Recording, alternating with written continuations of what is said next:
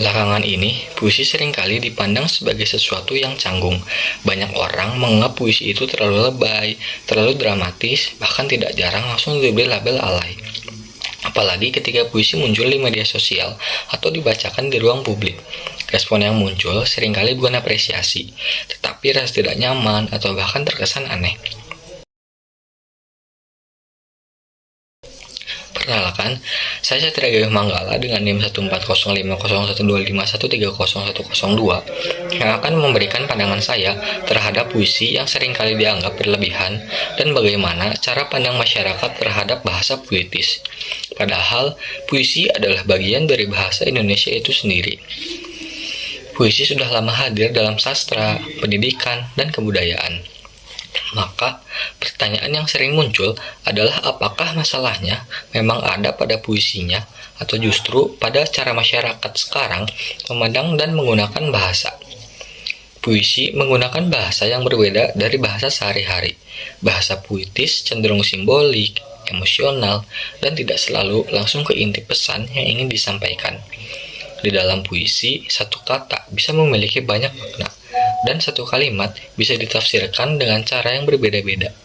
Justru disitulah kekuatan puisi.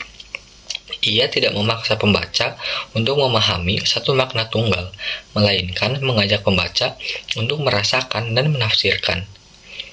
Namun, ketika bahasa puitis ini dihadapkan pada kebiasaan berbahasa sehari-hari yang menuntut kejelasan dan kecepatan, puisi mulai dianggap tidak relevan. Puisi seringkali dinilai dengan standar yang keliru. Ia diharapkan jelas, ringkas, dan langsung. Padahal sejak awal, fungsi puisi itu tidak dirancang untuk itu. Kalau kita melihat cara masyarakat berkomunikasi saat ini, apalagi seperti di era digital seperti sekarang, kita akan menemukan kecenderungan yang sangat kuat pada bahasa yang singkat dan praktis. Pesan harus cepat dipahami, tidak bertele-tele, dan langsung ke poin utama. Dalam konteks seperti ini, bahasa puitis terasa tidak cocok. Metafora dianggap membingungkan, ungkapan perasaan dianggap berlebihan, dan kata-kata yang terlalu emosional dianggap tidak perlu.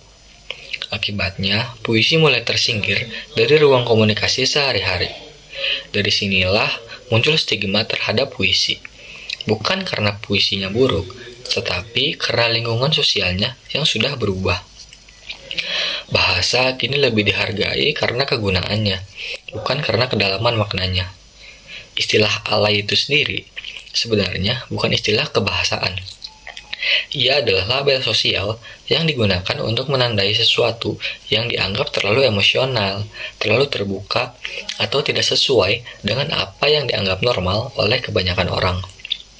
Nah, ketika puisi diberi label ini, yang dinilai bukan lagi kualitas bahasanya, melainkan kesan sosial yang ditimbulkan. Puisi dianggap memalukan, berlebihan, atau tidak pantas ditampilkan di ruang publik. Padahal, fungsi bahasa tidak hanya untuk menyampaikan informasi, tetapi juga untuk mengekspresikan pengalaman manusia. Ketika fungsi ekspresif ini mulai dianggap tidak penting, puisi pun ikut terkesampingkan. Menariknya, banyak orang sebenarnya tidak benar-benar membenci puisi. Yang sering muncul justru rasa canggung. Membaca atau menulis puisi dianggap terlalu personal, terlalu jujur, dan terlalu membuka perasaan. Nah, di dalam masyarakat modern, ekspresi emosional seringkali dibatasi oleh norma yang tidak tertulis. Kita diajarkan untuk tidak terlalu menunjukkan perasaan, apalagi di ruang publik. Puisi yang justru hidup dari kejujuran emosional, kemudian dianggap melanggar batas kewajaran. Akibatnya, muncul sikap defensif. Puisi tidak dikritik dari isinya, tetapi langsung dilabeli. Seperti tadi, kebanyakan masyarakat melabeli puisi sebagai sesuatu yang alay.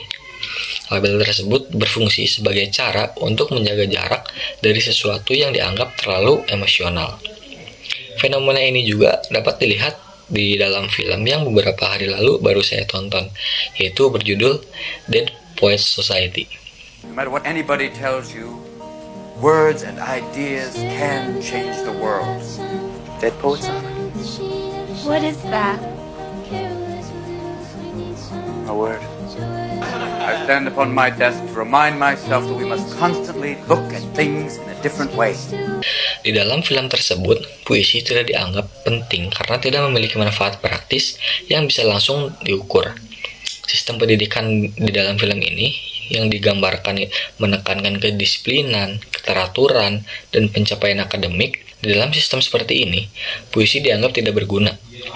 Yang menarik, penolakan terhadap puisi dalam film tersebut tidak pernah benar-benar membahas kualitas puisinya. Tetapi puisi ditolak itu karena tidak sesuai dengan nilai sistem yang berlaku. We don't read and write poetry because it's cute. We read and write poetry because we are members of the human race, and the human race is filled with passion.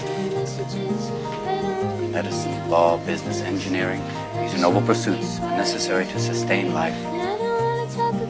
Poetry, beauty, romance, love, these are what we stay alive for. Bahasa dihargai sejauh mana ia berguna, bukan sejauh mana ia bermakna. Tokoh guru dalam film tersebut memandang puisi sebagai sarana untuk memahami diri sendiri dan kehidupan. Namun, pandangan ini bertentangan dengan institusi yang melihat pendidikan sebagai proses pencetakan individu yang patuh, efisien, dan disiplin. Puisi menjadi simbol kebebasan berpikir dan ekspresi, yaitu sesuatu yang dianggap mengganggu keteraturan. So beautiful. Because we are food for worms, lads. Because believe it or not, each and every one of us in this room is one day going to stop breathing, turn cold, and die. Nah, jika diperhatikan lebih lanjut, konflik ini sangat relevan dengan kondisi masyarakat saat ini. Bahasa puitis seringkali dianggap mengganggu karena tidak mengikuti logika efisiensi. Puisi membuka ruang refleksi, sementara masyarakat modern cenderung menghindari hal-hal yang terlalu dalam atau emosional. Film ini menunjukkan bahwa penolakan terhadap puisi bukanlah persoalan estetika, melainkan persoalan nilai. Ketika bahasa hanya dinilai dari fungsinya, bahasa puitis akan selalu dikesampingkan. You push it, stretch it, it'll never be enough. You kick at it, beat it, it'll never cover any of us. From the moment we enter crying to the moment we leave dying, it'll just cover your face as you wail and cry and scream. That's just my problem. I've been calm all my life. Do something about that. Di Indonesia, kecenderungan ini terlihat cukup jelas. Puisi seringkali dianggap aneh ketika dibacakan di ruang publik atau diunggah di media sosial. Banyak orang merasa tidak nyaman, seolah-olah ekspresi emosional tersebut tidak pada tempatnya. Tetapi jika dilihat lebih jauh, masalahnya bukan pada puisinya, tetapi pada konteks sosial yang tidak lagi memberi ruang bagi bahasa reflektif. Puisi menjadi asing di tengah budaya komunikasi yang serba cepat dan instan. Masyarakat lebih terbiasa dengan bahasa yang informatif daripada bahasa yang kontemplatif. Akibatnya, puisi dianggap tidak sesuai dengan kebutuhan komunikasi masa kini. Kesalahan yang sering terjadi adalah menilai puisi dengan standar bahasa sehari-hari. Padahal bahasa percakapan memang dituntut untuk jelas dan efisien, tetapi puisi tidak bekerja dengan cara yang sama. Ketika dua fungsi bahasa ini disamakan, puisi pasti terlihat berlebihan. Padahal perbedaan fungsi inilah yang seharusnya disadari sejak awal. Nah, dengan kata lain, masalahnya bukan pada puisinya, tetapi pada cara kita menetapkan ukuran yang keliru terhadap bahasa. Jadi dapat disimpulkan bahwa anggapan puisi itu berlebihan atau alay bukan semata-mata persoalan selera, melainkan persoalan perubahan cara pandang terhadap bahasa. Puisi tidak kehilangan nilainya, yang berubah adalah ruang sosial dan kebiasaan berbahasa masyarakat.